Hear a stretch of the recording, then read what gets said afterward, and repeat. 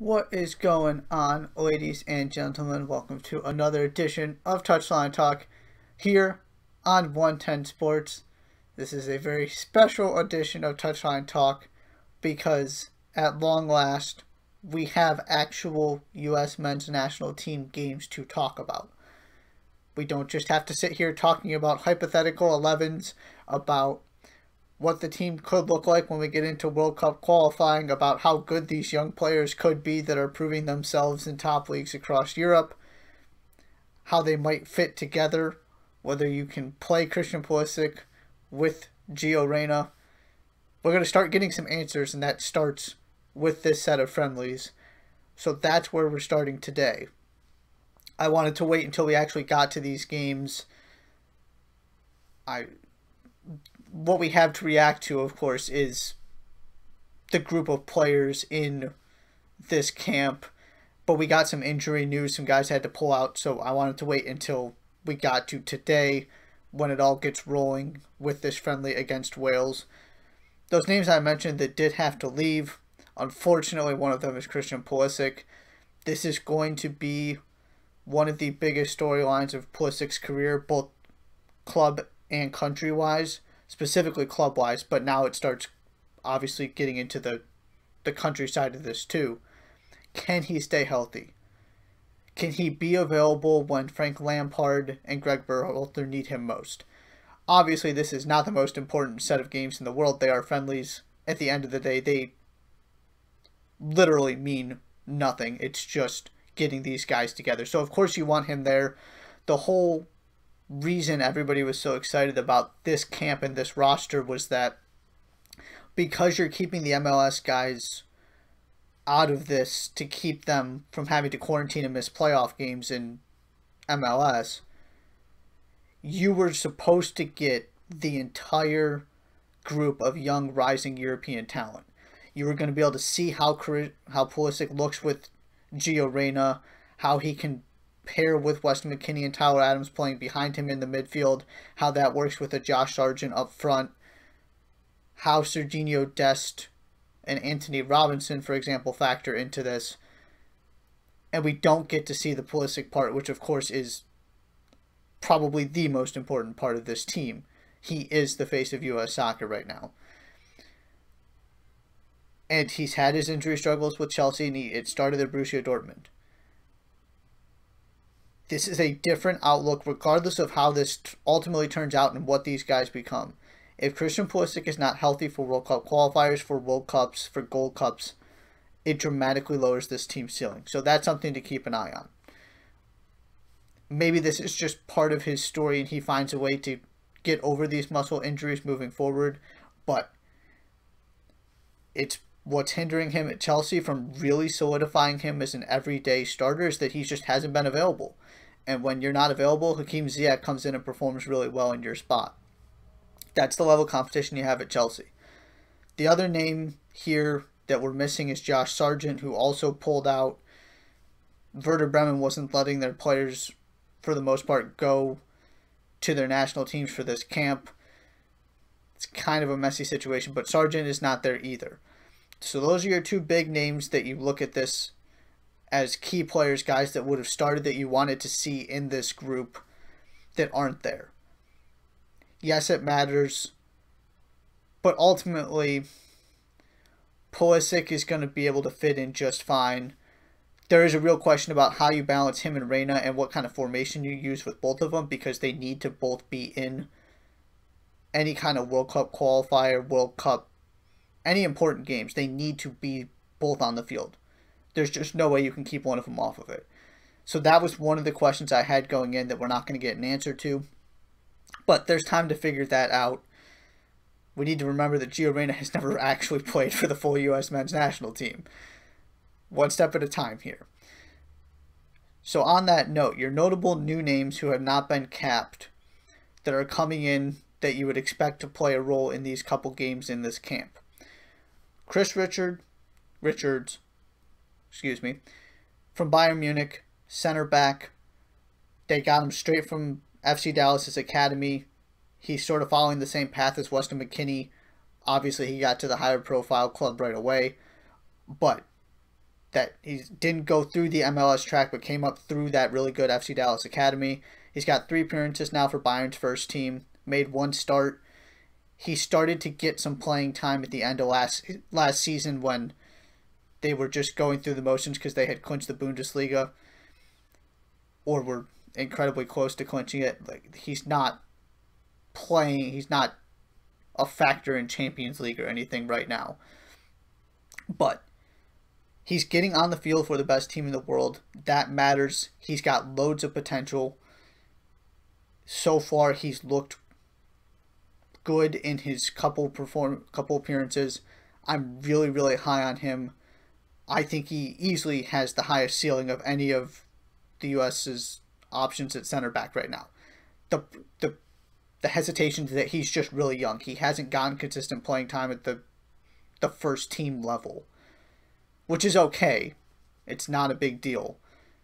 But when you're asking him to step in World Cup qualifiers in half a year or so, I'm just not sure we're necessarily to that point where he's going to be comfortable alongside John Brooks. But we'll get to that more later. The other couple names here, Richard Ledesma, he has 1 appearance, 1 assist in that appearance for PSV Eindhoven in the Eredivisie. Again, he's just starting to sort of crack into their first team, came up through their youth ranks. He gives you something a little bit different in midfield, and he's outside of your established guys, Gio Reyna, Pulisic, McKinney, Adams. And then, of course, your Michael Bradley's in MLS. He's kind of the next guy I'm looking to. Him and Alex Mendez, both, are kind of the next guys that might really factor into that equation moving forward. Your next options in midfield that you might not know about yet or haven't been able to get into this national team yet because, again, they're still so young, still trying to make their way at the club level and make that switch from exciting prospect to first-team contributor. So he's another guy in this camp. And then the biggest name, biggest talking point so far is Yunus Musa from Valencia. He started 7 times for him already this season. He's playing well. Clearly there's an immense amount of talent there. The fact that the U.S. got him into this camp is incredibly exciting.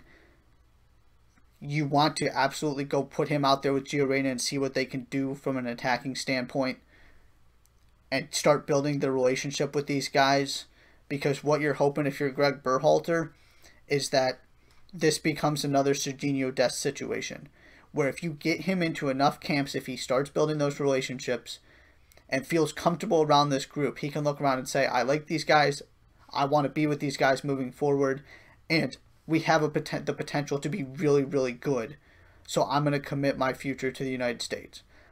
From Musa's perspective, he's got absolutely nothing to lose here. He's not tied to any country right now. He's also eligible for England. Gareth Southgate just came out again talking about how they're interested in him. They think he's got a really bright future. This is by no means an indication he's going to end up playing for the U.S. But he accepted the call-up, which is a good sign, which means you get him in camp, you get him around your players, which is all you can ask for at this point. You put him on the field, see what happens. And then we get to the tougher part of this because he's got nothing to lose. These are friendlies. It can't tie him anywhere. He's not committing his future by playing in these games. He's just going to go figure out, get a sense for what the U.S. national team is all about. But anytime the U.S. can factor into the conversations with these kind of players who are playing at that age in La Liga and performing well, it's an incredibly positive sign. This just wasn't a thing that was happening in the past. And now you got Gio Reyna already starring at Dortmund, playing a bigger role than Christian Pulisic ever did, I would argue. And then look at what Pulisic did when he took a step up at Chelsea. You're getting a Yunus Musa in there. You've got these guys coming through the Eredivisie. Chris Richards is starting to break a little bit into the Bayern equation. This is big time. So those are your uncapped guys to know. And then, of course, Gio Reyna also didn't want to ignore him. Somehow, some way, he doesn't have a cap. which kind of actually makes sense if you think about it, because this team just hasn't played. And so by the time he was a regular contributor at Dortmund, we had a pandemic, and there just hasn't been a lot of opportunities for him to get called up because he's still so young. So he is also going to make his first career appearance for the U.S. men's national team. There's just no surprise there. Everybody knew who he is part of this team's future. There's no doubt about that. These games are also sort of unique, and I would like to suggest that they're more important than your typical friendlies for a couple reasons. First, as I just mentioned, we haven't seen this team in forever. Just getting a group of players representing the U.S. back on the field at this point is something to be excited about. To figure out who looks like what, and just to get excited and to get these guys back in proximity to one another. To be able to continue to develop that chemistry, to build those relationships. It's not just your typical every few months we bring some guys in and maybe it's an MLS heavy camp in January and then you bring your full squad together for these couple international windows. We just don't know what to expect, which makes this a little bit more intriguing. And then the other two reasons are even more important for me. One of which is that World Cup qualifying starts in June for the United States. We're very quickly getting to the point where some decisions are going to start having to be made about who's going to be on that roster.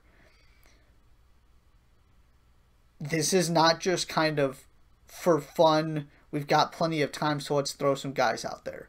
This is, we need to get Gio Reyna comfortable in the setup and make it clear what we're planning to do with him, how he's going to be used, what's expected of him. To get these guys more minutes together, because so many of them are going to be such an important part of this team moving forward, and we just haven't gotten to see a lot of them together. So you got to get this group to go from sort of 0 to 100 pretty quickly here, to not having played with each other for a long time, to all of a sudden we're building toward World Cup qualifying, where we can't mess around, and you absolutely can't mess around after what happened last time. This is building to World Cup qualifying, which is the be-all, end-all. You got to get to the World Cup. That hasn't typically been a problem for this team. I don't think it's going to be a problem this time. But we're to that point where we're starting to look, and of course there's some extenuating circumstances here, so you can't put a closer team to the one that is going to actually make up that roster when we get to World Cup qualifying. But this is not just kind of throwing some guys out there for fun. We got to start making decisions about who's going to be in the equation when we get to June and we get to the build up to that and start making those decisions roster-wise. And then thirdly, I sort of mentioned it, but this is a group that we just haven't seen together very much, which makes this more important than your typical friendlies. This isn't just putting together the top talent and trying to put something close to your typical team out there. Gio Reyna has not played with Weston McKennie and Tyler Adams behind him in a midfield. He has zero experience with them because he hasn't played for the U.S. national team, and of course they're playing on different club level. I mean, he's played against Tyler Adams, obviously, in the Bundesliga, but you got to start building that chemistry because that's three of your midfielders moving forward. And then also at the back, there are a lot of questions. We're going to get to questions here in a minute, but this is a very unique situation the U.S. finds itself in, where you have all of these guys who you expect to be fighting for starting spots come World Cup qualifying, come the World Cup in 2022, that we just have not seen on the same field. And of course, you don't get to throw Pulisic into that, unfortunately, this time. But, right, Sergiño Dest isn't there just because he's a young, promising prospect. Sergiño Dest is in this camp because he's probably going to be starting at right or left back for at least some of the World Cup qualifiers. He is one of the outside backs of the future of this team. The same thing goes with McKennie and Adams and Reyna. Maybe not so much Josh Sargent, who again is out of this camp now, but these guys need to start getting reps together. They need to start playing against opponents together to start getting some chemistry and understanding how each other play, so that when you bring in your Pulisics, your Michael Bradleys, your Josie Altidores, etc., there's already a familiarity there, so you're not trying to bring in all of these new guys who haven't played together, plus then implementing all of your regulars who have played together, but they also haven't played with all of these guys. The more chemistry you can get with these young European starlets, these guys with all the potential that are the future of this team, the better. It looks really good on paper, but we just haven't seen it in practice. This is sort of our first look at it. And it's not going to be 100% because you don't have Sargent, you don't have Pulisic. But it's going to be pretty close, which is incredibly exciting. Then we get to our questions and the things to look for out of these couple friendlies. And for me, it's a couple things in particular. One, a lot's been made of this attack because of all of these exciting pieces, but I'm also really curious about what happens at the back. John Brooks is probably going to be one of the starting center backs come World Cup qualifying. There's just nobody that has his level of pedigree and experience right now that can match. He is the best center back the U.S. has. But then you look at the other center backs in this camp. Can Matt Miazga really solidify his place in this team? Tim Ream is the other one with the most experience.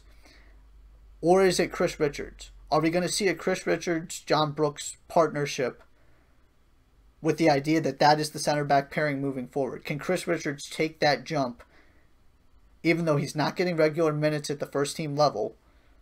Can he be a regular contributor right now for this U.S. team? So and then you also are then competing with your Walker Zimmermans and Aaron Longs from MLS. So this is an audition for Miazga, for Ream, for Richards, because I really think you're all competing for one spot next to John Brooks. Then the outside back part of this is also really interesting to me, because I would argue your three best options right now are all in this camp. I already mentioned Serginho Dest, Reggie Cannon, and Anthony Robinson. What duo does Greg Berhalter put out there? Is it the same for both games, or is it giving all of these guys a chance? Is Serginho Dest used exclusively on the right, or is the idea that he's going to be the left back, which would then mean that Reggie Cannon is the right back, theoretically? I have to believe that Dest is going to get one of these spots. So it's Cannon versus Robinson. Can one of them impress? Can one of them really lock down a spot? My inclination is to go with Reggie Cannon. I think he's proven more. He's played at a higher level for more of his career. Although Robinson is obviously playing at the higher level now in the Premier League with Fulham. So that's a really intriguing part of this to me too, because it's been an area of weakness, or at least question, for this team for a long time. You've never felt really good about your spots, your options at the outside back, and you haven't had a guy that can so seamlessly switch from right to left the way Dest can, and obviously nobody of his potential and his talent either. So there's that part of it. Another thing to look at, the question always surrounding this team when it gets to full strength and everybody's available, is where is Tyler Adams playing? And how does he gel with Weston McKennie? Who knows what this lineup looks like? Indications seem to be that at some point it's going to be a 4-3-3, which would put him in a true midfield role, sort of a triangle in the midfield, theoretically. If I'm building this team, I have to think that's kind of what it is, with Reyna in front of McKennie and Adams, with Pulisic on one wing, Altidore or somebody up top, and then pick your option on the other wing. So can those two guys build chemistry, or is this Berhalter? Because Berhalter's put him in so many different spots since he took over. Can Tyler Adams find a home? What does it look like with that base in the midfield being those two guys? Because the rest of this midfield is incredibly inexperienced, and the only other guy that you would think is going to be starting when it matters is Gio Reyna. So is this going to be 4-3-3 through and through from this point forward? Does it depend on who's in camp? And ultimately, what does that mean for Tyler Adams? Because I think his best position is as a 6. He sometimes plays as a right wing back at the club level for Leipzig. But I want him in the midfield. I want him running, covering that space, doing that defensive work if I'm Greg Berhalter. And then the inexperience in attack is also really interesting to me. Because it looked really good on paper when you had Gio Reyna and Christian Pulisic and Josh Sargent. Now, Tim Weah is the most capped player of this original list that is still in the camp, which obviously takes Pulisic out of the equation. He's played for the US 8 times. That is your most experienced attacker. The only other player with an appearance for the US national team is Uli Lainez. This is a bunch of guys that have a lot of potential that you're excited about, but we just have not seen at this kind of level before. I'm a huge Conrad de la Fuente fan. I'm really excited to see what he can do. He's starting to get on the fringes of the Barcelona first team. When they were so depleted at the end of last season, he was making their bench. I personally feel like he could be the most technically gifted player on this team in a couple years. I'm not saying he's going to be better than Christian Pulisic. I'm saying I think he can be more technically gifted than Christian Pulisic. He is Barcelona technique, one-on-one flash through and through. And that is something this team could really use. Because Pulisic has this great combination of he's just really intelligent, he's forward-thinking, he's aggressive in his movements and his runs, in the way he dribbles. He's obviously incredibly fast. He has the complete package. De La Fuente is nowhere near as complete as Pulisic is now. I don't think he's ever going to be as complete. But in terms of just that one-on-one raw skill, he gives you something different. So I am really, really excited about him. And then finally, who of this group and all these guys who are uncapped, all these guys who we haven't seen play much together, makes a strong argument to be invited into this full squad when it gets to World Cup qualifying? You've got some guys you know are going to be there. John Brooks, Gio Reyna, Weston McKennie, Tyler Adams, etc. Zach Steffen. Probably Chris Richards, but I wouldn't even guarantee that right now. And Serginho Dest would also fall into that category. Probably Reggie Cannon. But can somebody really make some noise and put in a couple good performances to give themselves a shot to continue to get called into camps as we get closer to World Cup qualifying?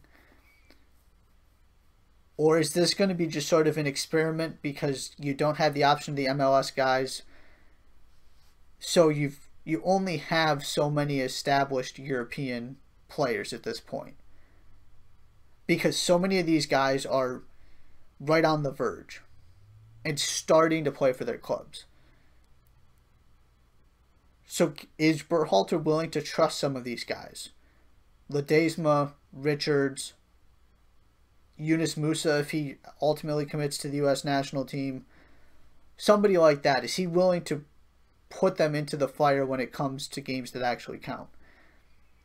Does somebody impress in this camp and bring themselves into that equation? We probably won't know that answer until the next roster is released. But that's something that I'm looking for. Is there somebody specifically that impresses and really cements their case to be part of this full team? Because so much is made of these European guys, but we can't forget about what you have in MLS. And not just your Michael Bradleys and Josie Altidores of the world, but guys like Brendan Aronson, who is very soon going to be a member of Red Bull Salzburg. Mark McKenzie, I still am incredibly impressed with. I love his passing range. It's something you just don't see from many Major League Soccer center backs. You have these other up-and-coming guys who are performing well. Io Akinola, again, still iffy on his national team future. Daryl DK has been phenomenal for Orlando. There are not just promising young guys in Europe. There's a whole slew of MLS guys. And then Walker Zimmermans of the world as well. Aaron Long. There are some established guys that are going to get back into this team. So there's going to be competition. That's what you want. That's a sign of this team really heading in the right direction. But one of my bigger questions here is just ultimately, how much does this camp matter? Is this just to get these European guys some chemistry, to start putting Gio Reyna in with as many first-teamers as you can, your Weston McKennies, Tyler Adams, etc.? Or is somebody going to have an opportunity, even if they're not playing regularly at the club level, to perform well here and convince Berhalter, I need to be part of the equation moving forward? I'm not here for 4 or 6 years down the road, maybe making that World Cup team in 2022. I'm here to help and contribute to make sure that that World Cup is something the U.S. is participating in. So there are just a lot of questions, but ultimately this is a really, really fun group, which gets me excited. It's always exciting to just have the U.S. national team playing, but this particular group of players, again, we haven't seen them much together, and they're ultimately just fun. These are a bunch of guys who theoretically should have really bright futures and are performing really well at really young ages. That's what's going to make this intriguing. I just don't know how much this camp is going to matter moving forward once we're in a normal situation. We're talking about World Cup qualifying, all of that stuff. All right, we're going to take our first break. When we come back, we're going to do something I call the reality meter, with where things stand in Europe's top leagues. By the question sort of being, by the end of the season, how realistic is it that what we see now is what we will see then? Are we living in this alternate universe, or is what we've seen so far actually reality? That's coming up next. You're watching Touchline Talk on 110 Sports.